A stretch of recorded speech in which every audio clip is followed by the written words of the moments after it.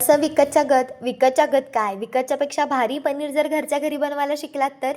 पण त्याआधी सकाळी मस्त असं नैवेद्याला प्रसादाचा शिरा बनवला आणि नाश्त्याला सुद्धा तोच दिला. दुपारच्या जेवणामध्ये पालकाचं सार, ज्याला की तुपाची आणि जिऱ्याची फोडणी होती. गरमागरम हुलग्याची भाजी, सोबतीने सलाड आणि ज्वारीची भाकरी. सोबतीने पालकाच्या पुऱ्यासुद्धा होत्या. आता पालकाच्या पुऱ्याची रेसिपी अजिबात मागू नका. मी ती भरपूर वेळा शेअर केली आहे तुमच्यासोबत. जाऊन लगेच यूट्यूब चॅनलवरती चेक करा. लास्ट व्हिडिओमध्ये जे आपण ओल्या आणि सुक्या खोबऱ्याच्या चटण्या बनवल्या होत्या ना, त्यासुद्धा होत्या. असं मस्त तृप्तीचं जेवण झाल्यानंतर दुपारचा डुलका न घेता मी असं संध्याकाळी किंवा दुसऱ्या दिवशी जर पनीर लागणार असेल ना, तर दुपारचंच बनवायला घेते. जेणेकरून ती प्रोसेस अजिबात कॉम्प्लिकेटेड वाटणार नाही. तुम्हीसुद्धा असंच करा. आता 2 लिटर दूध मी उकळायला ठेवलं आणि त्याच्यामध्ये 2.5 चमचे लिंबाचा रस टाकला. लिंबाचा रस टाकलाय, तुम्ही व्हिनेगरसुद्धा वापरू शकता. आता इतक्या वेळा घरच्या घरी पनीर बनवून मला एक गोष्ट तर नक्की लक्षात आली आहे.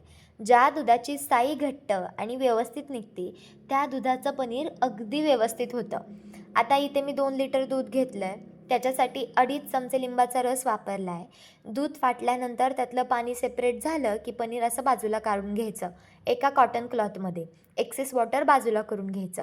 2 ते 3 वेळा गार पाण्याने स्वच्छ धुवून घ्यायचं. लिंबाचा जो आंबटपणा असतो ना, तो बाजूला करण्यासाठी. आणि त्या कॉटन क्लॉथमध्येच त्याला बांधून ठेवायचं आणि त्याच्यावरती अशी जडाप्याची वस्तू ठेवायची. म्हणजे त्यातलं पाणी जे असतं ते पूर्णपणे निघून जाईल. आता हे जे पाणी आहे ना, त्याच्यामध्ये आंबटपणा असतो. त्याच्यामुळे ते फेकून द्यायचं. नाहीतर जर तुम्ही व्हिनेगर वापरलं, तर ते तुम्ही कणिक मळायलासुद्धा वापरू शकता.